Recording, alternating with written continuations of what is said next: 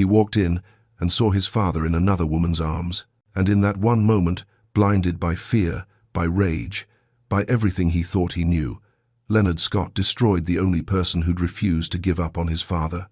Leonard hadn't been home in 3 weeks. He'd been in London closing a deal that would change his company forever, but something kept pulling at him, a voice in the back of his mind that said, "Go home, see your father." So he left early, 3 days ahead of schedule. He walked through the front door, tired but smiling. He wanted to surprise Thomas, maybe sit with him, talk. It had been too long. He climbed the stairs and heard voices coming from his father's room, Thomas's labored breathing, a soft groan, then her voice gentle, encouraging. Leonard's stomach tightened. He pushed the door open. Olivia Grant's arms were wrapped around his father. Thomas's face tilted back, eyes closed, breath coming hard. Their bodies pressed so close Leonard's mind couldn't process what he was seeing. He didn't see the 6 steps his father had just taken for the first time in 8 months. He didn't see Thomas's legs shaking, about to collapse. He didn't see Olivia catch him the way someone who cares catches someone who's falling. All Leonard saw was betrayal. "What the hell are you doing with my father?" Olivia spun around, startled, her arms still supporting Thomas. Leonard's face went pale, then red. "Get your hands off him. Mr. Scott, please, I can explain." "Explain what?" His voice cracked. "You think I don't see what's happening here?" He shoved her. Hard. Olivia stumbled backward, her arms slamming into the nightstand. Blood appeared on her skin. Mrs. Chen stood frozen in the doorway. Staff members whispered. "She's been alone with him every day." Leonard grabbed Olivia by the arm. "You're done. Pack your things. Get out." Thomas tried to speak. "Leonard," she was helping, but his voice was too weak. The walking had drained him. Leonard looked at his father and saw exhaustion, confusion, vulnerability. "She's been taking advantage of him," he thought. Olivia didn't fight. She walked out without another word, blood running down her arm, dignity still intact. But her heart was breaking. Not for herself, for Thomas, who'd just had his miracle stolen. Before we begin, hit like, subscribe, and tell me where you're watching from. Because if you've ever given everything and been accused of the worst, this story will break you open. Sometimes grace works through the people we destroy, and what Leonard's about to discover will change everything. 2:17 in the morning. Leonard sat in the blue glow of the computer screen, his coffee long gone cold. He'd been watching for 3 hours now. The first video started simple enough. August 15th, 3:42 p.m. Olivia walked into his father's room carrying printed diagrams. She showed them to Thomas, pointing at different exercises. Leg lifts, ankle rotations, balance work. Thomas looked at the paper, then at her. His mouth moved. Leonard couldn't hear the audio through the old system, but he could read his father's lips. "I couldn't even lift my foot yesterday." Olivia's response was clear. She pointed at Thomas, then at the calendar on the wall, her expression gentle but firm. Yesterday was yesterday. Today is today. Leonard leaned closer. For 20 minutes, Olivia worked with his father. Patient, steady, never rushing. When Thomas managed to lift his leg 3 inches off the bed, his whole face changed. Shock first. Then something Leonard hadn't seen in months. Joy. Olivia clapped softly, smiled, and Thomas smiled back. Leonard's throat tightened. He clicked to the next video. September 3rd. Thomas stood with his walker, gripping the handles so hard his knuckles were white. Olivia stood beside him, one hand hovering near his back, not touching, just ready. Thomas took 1 step, then his legs started shaking. Panic flashed across his face. Olivia moved fast. Her arms went around his torso, supporting his weight, and she lowered him gently into the wheelchair. The exact position Leonard had seen today. The exact embrace he'd misunderstood. Thomas sat there, head in his hands, shoulders shaking. He was crying. Olivia didn't speak. She just pulled a chair next to him and sat, handed him water, waited. After a few minutes, Thomas looked up at her. Even without sound, Leonard could see his father mouth the words, "I'm sorry." Olivia shook her head. She pointed at the walker, then at Thomas. Then she made a walking motion with her fingers. "You will walk. I'm not giving up on you." Leonard's hand trembled on the mouse. He clicked another video. September 22nd. This time, Thomas stood and took 2 steps, then 3, then 5. His legs gave out, but Olivia caught him, and when she lowered him into the chair, Thomas buried his face in his hands again. But this time, he wasn't crying from frustration. He was crying from joy. Olivia knelt beside the wheelchair. She took his hand, and Leonard watched his father mouth the words that would haunt him forever. "You gave me my life back." Leonard stood up so fast his chair fell over. He stumbled to the window, gripping the frame, his breath coming hard. "Oh God, what have I done?" He pressed his forehead against the cold glass. Outside, the rain was coming down harder now. The world blurred. Behind him, the video kept playing. He could hear it, the silent footage of his father learning to walk again, learning to hope again, because of her. And he'd thrown her out like garbage. Leonard's chest tightened, his hands started shaking. He turned back to the desk and clicked another video. October 1st. The camera showed Olivia in the corner of the room, sitting on the floor, her head in her hands. Thomas was asleep in his chair, exhausted from therapy, and Olivia was crying. Her whole body shook with silent sobs. She wiped her eyes, took a breath, composed herself.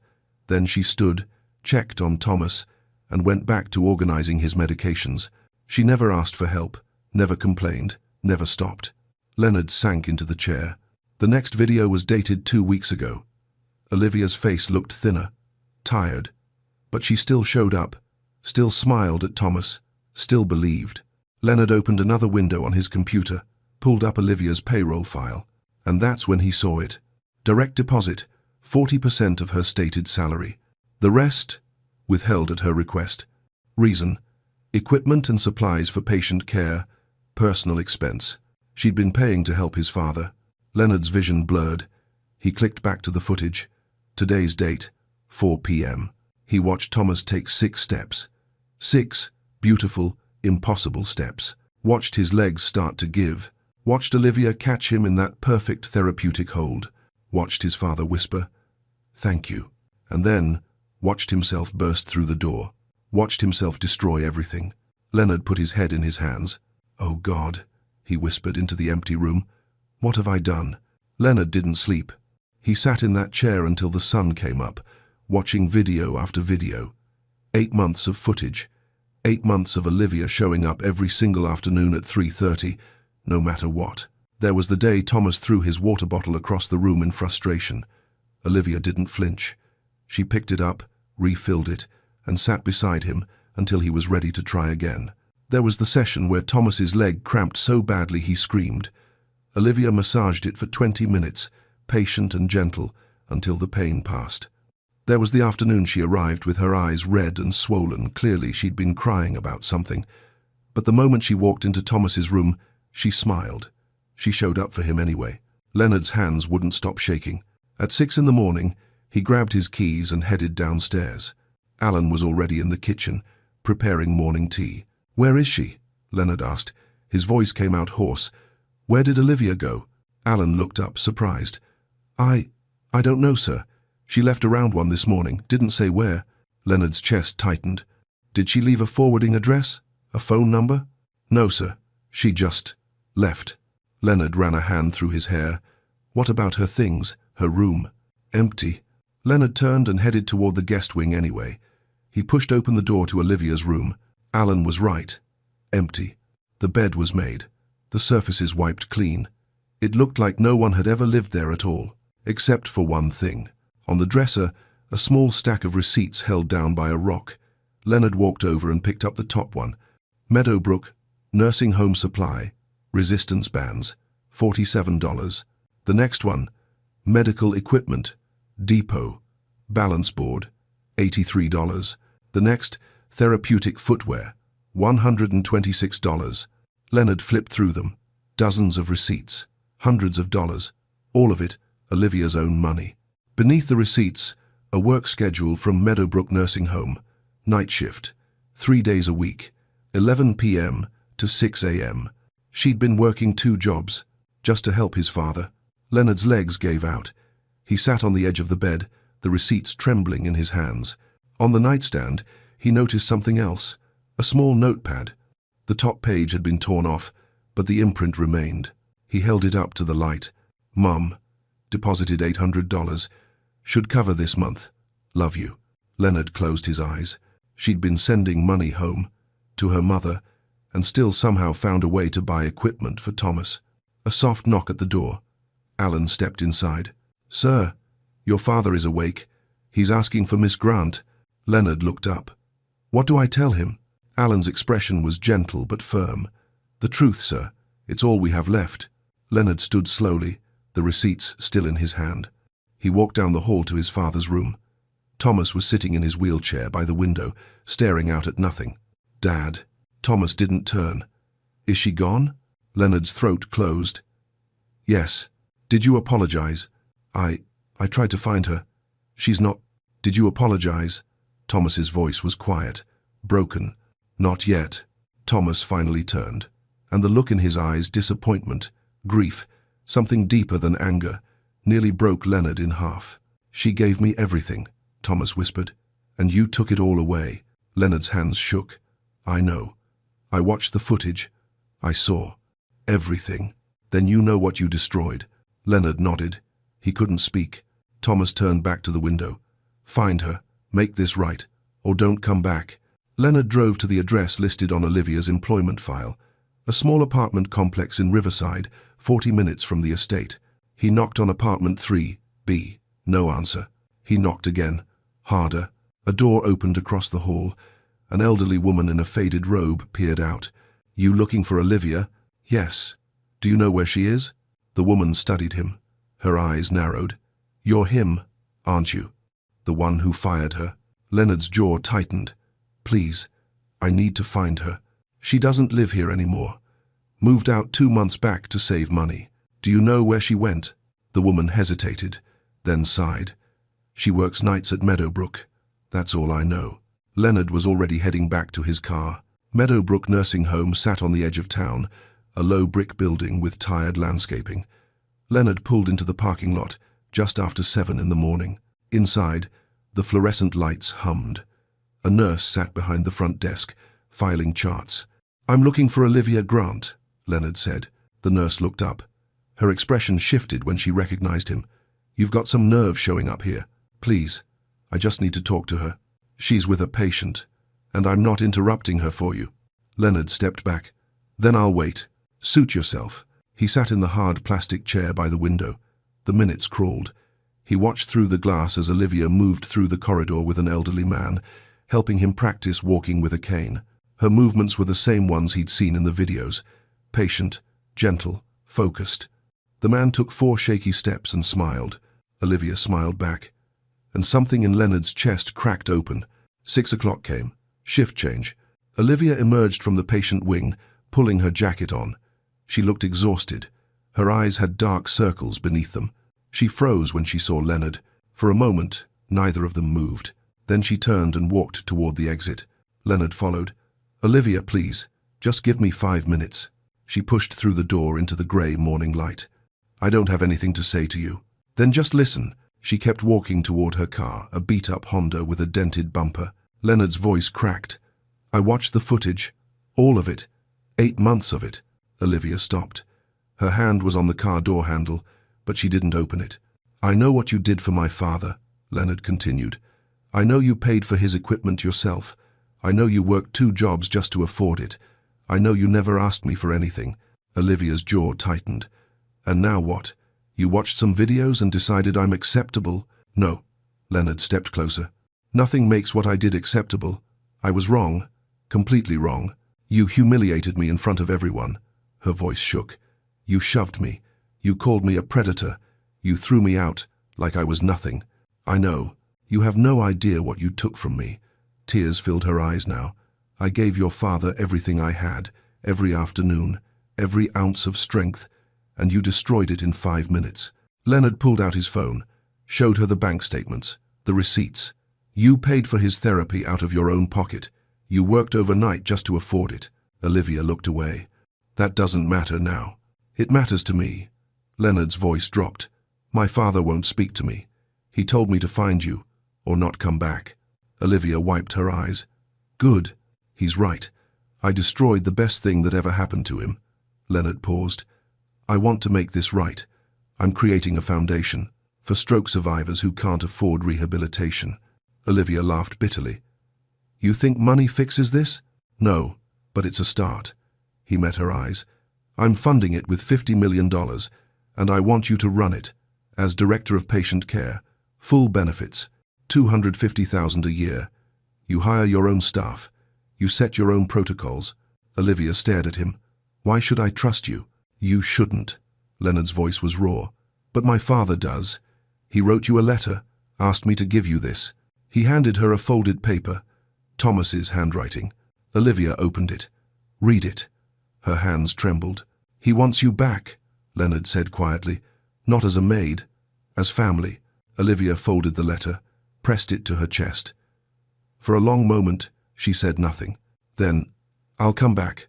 For him, not for you. Leonard nodded. And I have conditions, she continued. You don't question my medical decisions. You don't interfere with my methods. And you publicly clear my name with every person who saw what happened. Done. Olivia opened her car door, then stopped. One more thing. Anything. When your father walks again, really walks, you'll be there to see it, and you'll remember what you almost destroyed. Leonard's eyes filled. I'll never forget. Olivia returned to the estate 3 days later. The West Wing had been transformed. Contractors had installed wheelchair ramps, safety rails, therapy equipment. What used to be a drawing room was now a rehabilitation center. Leonard stood in the main hallway when she arrived, hands in his pockets, unsure what to say. Olivia walked past him without a word. Thomas was in the therapy room, sitting by the window. When he saw her, his whole face changed. Olivia. She crossed the room and knelt beside his wheelchair. I'm here. Thomas reached for her hand, held it like he'd been drowning and she was air. I thought you were gone for good. I was, she said softly. But you asked me to come back. Thank you. His voice cracked. Thank you. Leonard watched from the doorway. The reunion he should have had with his father. The forgiveness he didn't deserve. Thomas looked past Olivia and met Leonard's eyes. There was no warmth there, just distance. Come see what we've built, Dad, Leonard said quietly. Thomas nodded, but he didn't let go of Olivia's hand. Over the next 2 weeks, Olivia built a team. Dr. James Chen, a neurologist who'd been following her work for months, signed on immediately. Then Patricia Morrison, a physical therapist from the VA. David Okafor, who'd trained in Nigeria and brought techniques Leonard had never seen before. The team worked like family. They laughed during breaks. They celebrated small victories. They believed in the work. But between Leonard and Olivia, there was only silence. He tried once, brought her coffee the way she used to drink it. 2 sugars, no cream. She looked at the cup, then at him. I can make my own coffee. She walked away. Leonard poured it down the sink. The foundation's first patient arrived on a Tuesday morning. Margaret Chen, Dr. Chen's mother, 67. Left side paralyzed from a stroke 4 months earlier. She rolled through the door in a transport wheelchair, her face hollow with defeat. They told me I'm done, she said to Olivia. That this is it. Olivia knelt beside her. They were wrong. Margaret's eyes filled. How do you know? Because I've seen what people can do when someone refuses to give up on them. Margaret looked at Thomas, who was standing now, leaning on his cane but standing. That's Mr. Scott, Olivia said. 8 months ago, doctors said he'd never leave his wheelchair. Now look at him. Thomas walked forward, slow, unsteady, but walking. He stopped in front of Margaret. It's going to hurt. Some days you'll hate us, but we're not going anywhere. Margaret started crying. Olivia handed her a tissue. Let's get started. Leonard watched from his office window as Olivia worked with Margaret that first afternoon. The same patience, the same belief, the same refusal to accept defeat. And he realized something that made his chest ache. Olivia had been doing this all along. Not for recognition, not for money, not even for gratitude. She did it because she couldn't walk away from people who needed her. Even when walking away would have been easier. Even when staying cost her everything. That evening, Leonard found Olivia in the therapy room, cleaning equipment. Can I help? He asked. She didn't look up. I've got it. Olivia, don't. Her voice was quiet but firm. Don't try to fix this with words. You want to make it right? Then show up. Do the work. Prove you actually care about these people, and not just your guilt. She walked past him, turned off the lights, and left. Leonard stood in the dark. And for the first time in his life, he understood the difference between saying sorry and becoming sorry, between wanting forgiveness and earning change. He had a long way to go. 3 weeks into Margaret Chen's therapy, something changed. Olivia was working with her in the main therapy room. Margaret's left foot, the one that hadn't moved since her stroke, was strapped into a specialized brace. "I can't feel anything," Margaret whispered. "It's like my leg doesn't exist." Olivia knelt beside her. "Close your eyes. Don't try to move it. Just think about your toes. Imagine them wiggling." Margaret closed her eyes. Her face tightened with concentration. Nothing happened. Thomas sat in the corner, watching. He'd been coming every morning now, mentoring new patients, showing them it was possible. "Try again," Olivia said softly. Margaret's breath came faster. Her hands gripped the armrests. And then, so small it was almost invisible, her left big toe moved. Just a twitch, barely a millimeter, but it moved. Margaret's eyes flew open. "Did I? Did you see?" "I saw it." Olivia's voice shook. "You did it." Margaret started sobbing. "I felt it. Oh my God, I felt it." Dr. Chen, who'd been standing nearby reviewing charts, dropped everything and rushed over.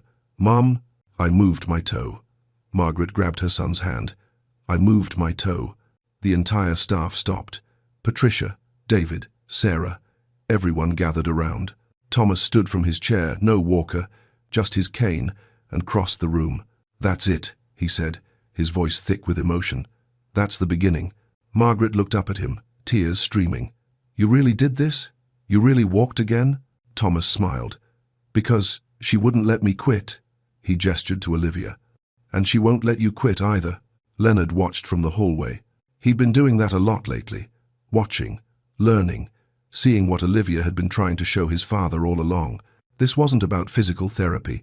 It was about belief, about refusing to accept what the world said was impossible. He thought about the man he'd been 3 weeks ago, the man who'd walked into his father's room and seen only what he expected to see. Fear, suspicion, betrayal. He'd been so convinced he was protecting his father, so certain he knew best, but he'd been protecting himself. From vulnerability, from the discomfort of needing someone, from the truth that sometimes the people who help us most are the ones we least expect. That evening, after the patients had gone home and the staff had left, Leonard found Olivia sitting alone in the therapy room. She wasn't working, just sitting, staring at Margaret's walker. "You gave her hope today," Leonard said quietly from the doorway. Olivia didn't turn. She gave it to herself. "No." Leonard stepped inside. "You did, the same way you gave it to my father." Olivia finally looked at him. Her eyes were tired, but something in them had softened, just slightly. "Why do you do it?" Leonard asked. "Even after everything I put you through, why do you keep showing up?" Olivia was quiet for a long moment. Then, "Because my mother never got this chance. She had a stroke when I was 19. No insurance, no resources, just me trying to figure it out alone." Her voice wavered. "She never walked again. She spent 4 years in that chair before she died. And every single day, I wondered if I'd done enough, if I'd tried hard enough, if maybe she could have." She stopped, swallowed hard. "That's why," she whispered. "Because every person I help walk is the second chance my mother never got." Leonard's throat closed. For the first time, he understood. This wasn't a job for Olivia. It was a mission, a calling, a way of carrying her mother's memory forward. And he'd almost destroyed it. "I'm sorry," Leonard said, and this time the words meant something different, deeper. Olivia nodded, didn't say anything, but she didn't leave either. They sat in that quiet room together, not as employer and employee, not as enemy and victim, just as two people learning to be human again. The call came on a Thursday morning. Leonard was in his office when his assistant knocked. "Sir, there's someone here to see you. Marcus Dalton." Leonard looked up. "Dalton?" "He says it's urgent." Leonard hadn't seen Marcus Dalton in 15 years, not since his father cut ties with him over Medicare fraud allegations. The man had rebuilt his empire, since then, Dalton Health Systems, 27 rehabilitation facilities across 3 states. Dalton walked in, wearing a $1,000 suit and a practiced smile. "Leonard, it's been too long." Leonard didn't shake his hand. "What do you want?" Dalton sat without being invited. "I'm here as a friend. Your little foundation is making waves, good waves, but you're disrupting some very established systems. That's the point. I'm sure it is. Dalton's smile thinned. But you're also creating liability concerns. Your director, Miss Grant, she doesn't have proper licensing, no degree, no certification. What happens when someone gets hurt? She's more qualified than half the therapists I've met. I'm sure she's lovely, but legally speaking, you're vulnerable. Dalton leaned forward. I'd hate to see something happen that forces the state to shut you down. Leonard's jaw tightened. Is that a threat? It's friendly advice. Dalton stood. Think about it. You're doing good work. Don't let one unqualified person ruin it. He left. Leonard sat there, a cold weight settling in his chest. 3 days later, the news broke. Leonard's phone buzzed with alerts. He opened the first link. Troubled pastor foundation director raises questions. His stomach dropped. The article featured a scanned document, official letterhead, from St. Catherine's nursing facility. A termination letter dated 2019. Miss Olivia Grant was released from employment due to inappropriate conduct with a patient. Leonard's hands went numb. He scrolled further. Comments were already piling up. I knew something was off about her. These people prey on the vulnerable. Shut it down before someone gets hurt. Leonard grabbed his keys and ran. He found Olivia in the therapy room with Margaret. She was kneeling beside the wheelchair, guiding Margaret through leg exercises. Olivia. She looked up, saw his face. What's wrong? He held out his phone. Olivia took it. Read the article. Her face went pale. I never worked at St. Catherine's, she whispered. I know. This is a lie. All of it. Her voice shook. Who would? Dalton, Leonard said. It has to be. Margaret looked between them, confused. What's happening? Olivia handed Leonard his phone back. Her hands were trembling. It doesn't matter if it's true or not. People will believe it. We'll fight it, Leonard said. We'll get lawyers. They already believe it. Olivia's voice cracked. Look at the comments. They've already decided who I am. Leonard's phone buzzed again. Another news outlet. Then another. The story was spreading. Olivia stood slowly, walked to the window, pressed her forehead against the glass. I've spent my whole life trying to prove I'm more than my circumstances, she said quietly. No degree, no money, no credentials, just hard work and belief. She turned.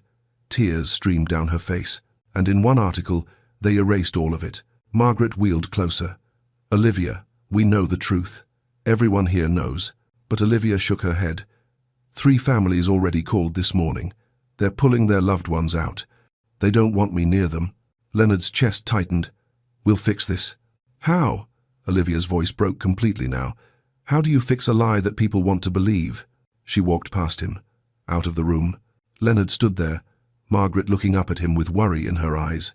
And for the second time, Leonard watched Olivia walk away not because she wanted to, but because someone had taken her dignity and torn it to pieces.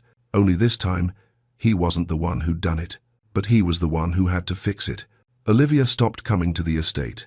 She didn't quit, didn't make an announcement. She just stopped showing up.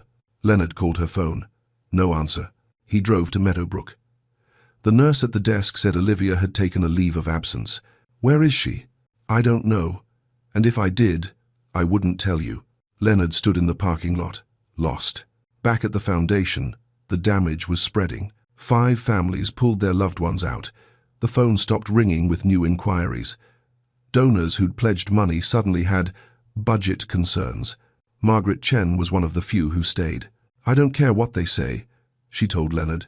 Olivia gave me my life back. I'm not leaving. But even Margaret's loyalty couldn't stop what was coming. The State Medical Board sent a formal notice. An investigation had been opened. Allegations of practicing medicine without a license. A hearing scheduled in 10 days. If the board ruled against them, the foundation would be shut down permanently. Leonard sat in his father's study that night, surrounded by legal documents he barely understood. Thomas wheeled himself in.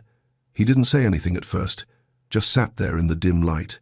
I failed her again, Leonard finally said. Yes, Thomas replied quietly. You did. Leonard looked up, expecting anger, but his father's face held something else. Sadness. I spent 40 years building companies, Thomas continued, making deals, winning. And you know what I learned when I had that stroke? Leonard shook his head. That winning doesn't mean anything if you don't know who you're fighting for. Thomas leaned forward. You're sitting here drowning in paperwork. But Olivia's out there somewhere, alone, believing the world thinks she's a monster. I don't know where she is. Then find her. Thomas's voice was firm now. Stop hiding behind lawyers and documents. Go find her. And when you do, don't tell her you'll fix it. Show her she's not alone. Leonard drove for 2 hours before he found her. A small chapel on the edge of town. The parking lot was empty except for one beat-up Honda. Inside, the chapel was dim. Candles flickered near the altar. Olivia sat in the front pew, head bowed, hands folded. Leonard slid into the pew beside her, said nothing, just sat. After a long silence, Olivia spoke. My mother used to bring me here when I was little, when things got hard. Her voice was barely a whisper. She'd say, when people don't see you, God does. Leonard's throat tightened. I keep telling myself that, Olivia continued, that the truth matters, that God sees. But it doesn't stop the pain. I know. Olivia finally looked at him. Her eyes were red, exhausted. Why are you here? Because you shouldn't be alone. I've been alone before. I know. But not this time. Olivia looked back at the altar. A tear slid down her cheek. They're going to shut us down, aren't they? Not if I can help it. You can't fight this, Leonard. Dalton has money. Lawyers. Power. So do I. Leonard turned to face her. But more than that, we have something he doesn't. What? The truth. And people who've lived it. Olivia wiped her eyes. Margaret. And Thomas. And every patient whose life you changed. Leonard's voice grew stronger. They're going to testify. They're going to tell the board exactly who you are. Olivia's breath caught. You think it'll be enough? I don't know, Leonard admitted. But I'm not giving up. And neither are you. For the first time in days, something shifted in Olivia's face.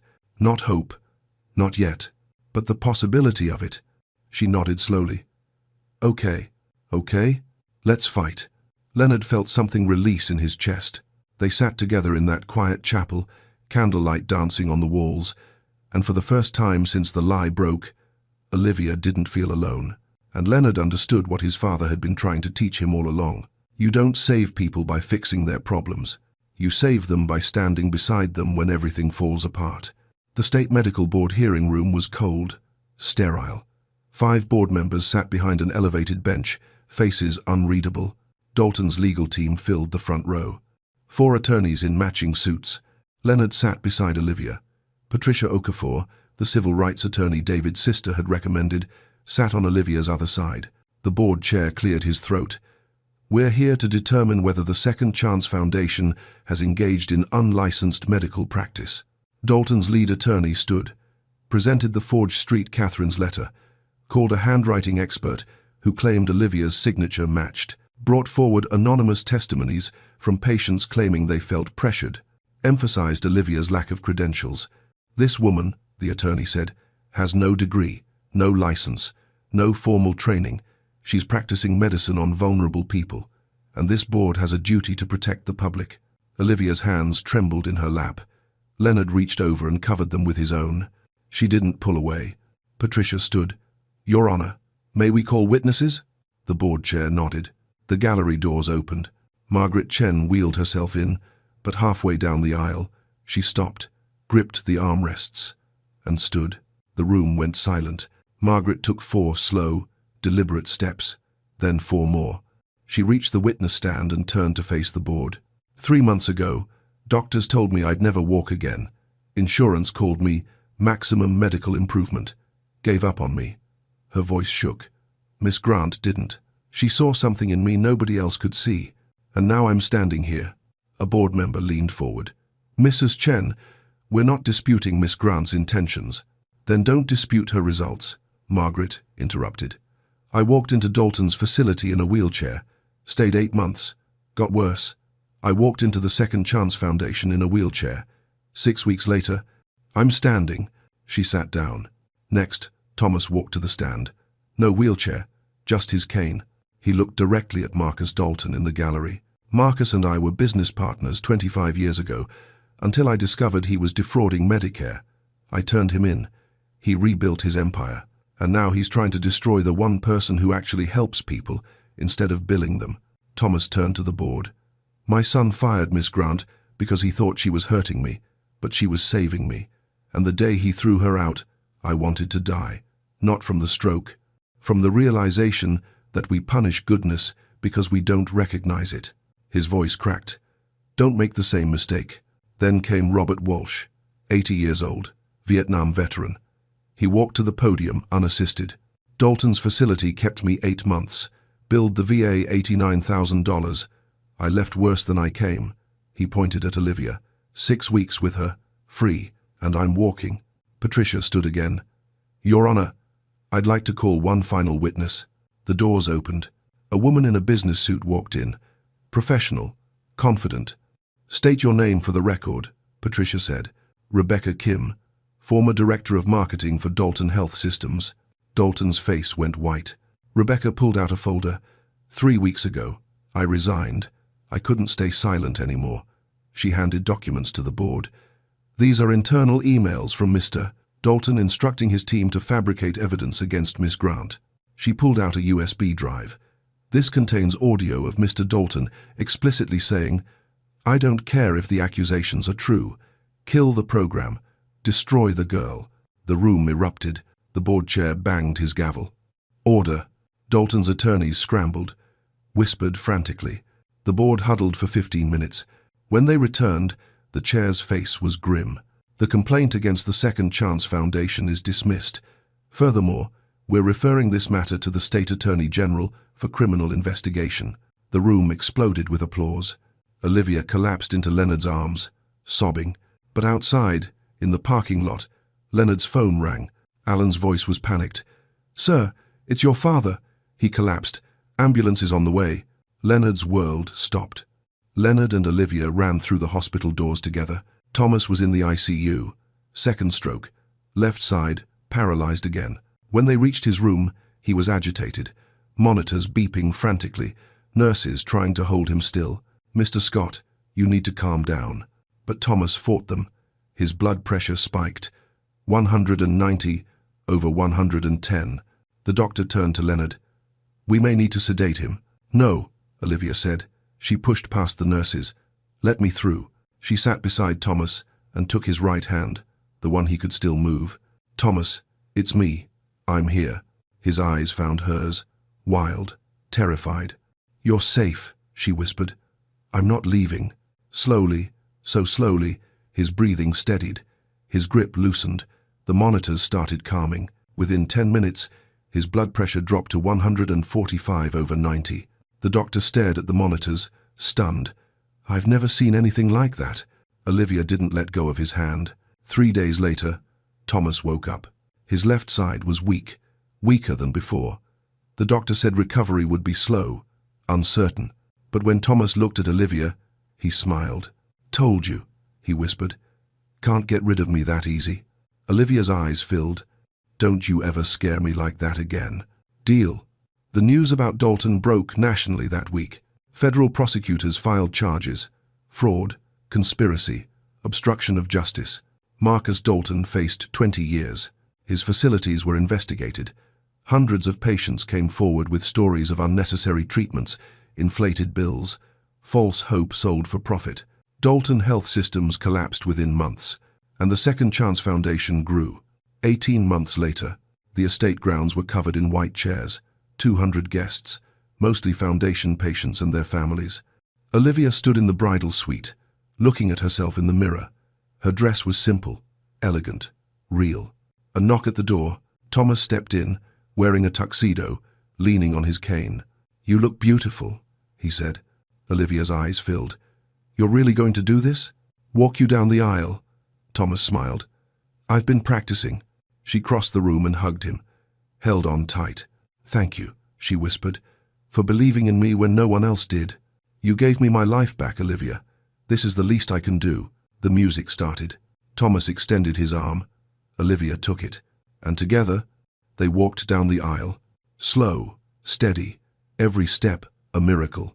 Margaret Chen sat in the front row, wiping tears. Robert Walsh stood at attention. Dr. James Chen waited at the altar, his face full of love. Leonard stood beside James as best man. When Olivia passed, she met his eyes, and she smiled, not the cautious smile of someone still healing, but the real smile of someone who'd forgiven. Leonard smiled back, and for the first time in 2 years, he felt whole. 5 years later, the Second Chance Foundation operated in 11 states, 200 therapists trained in Olivia's methods, thousands of patients given hope. Thomas volunteered 4 days a week, until the day he passed peacefully in his sleep at 82. His journal entry the night before he died read, "I lived through 2 strokes. Olivia gave me years I wasn't supposed to have. I walked her down the aisle. I saw my foundation change lives. I have no regrets. This is what grace looks like." The study where Leonard first watched the security footage, the room where everything changed, became a memorial. The walls were covered with photos, hundreds of patients holding signs, "Second chances are real." In the center, a framed image, Olivia, holding Thomas after his first 6 steps, his face tilted back in gratitude, her arms supporting not just his body, but his hope. Beneath it, a plaque. The moment that changed everything. October 12th. Olivia stood there one afternoon, watching a new patient take her first steps in the therapy room next door. Leonard found her there. "What are you thinking?" he asked. She watched the woman stumble, then catch herself, watched her family cheer. "I'm thinking your father was right," Olivia said softly. "Legacy isn't what you build. It's who you help build themselves." Leonard stood beside her. "He'd be proud of you. He'd be proud of us." They watched together as another impossible thing became possible. Outside, in Thomas's garden, flowers bloomed in the afternoon sun, and somewhere in every person who'd learned to walk again, in every family reunited with hope, in every second chance given, Thomas's spirit lived on. Not in what he'd built, but in who he'd helped become whole.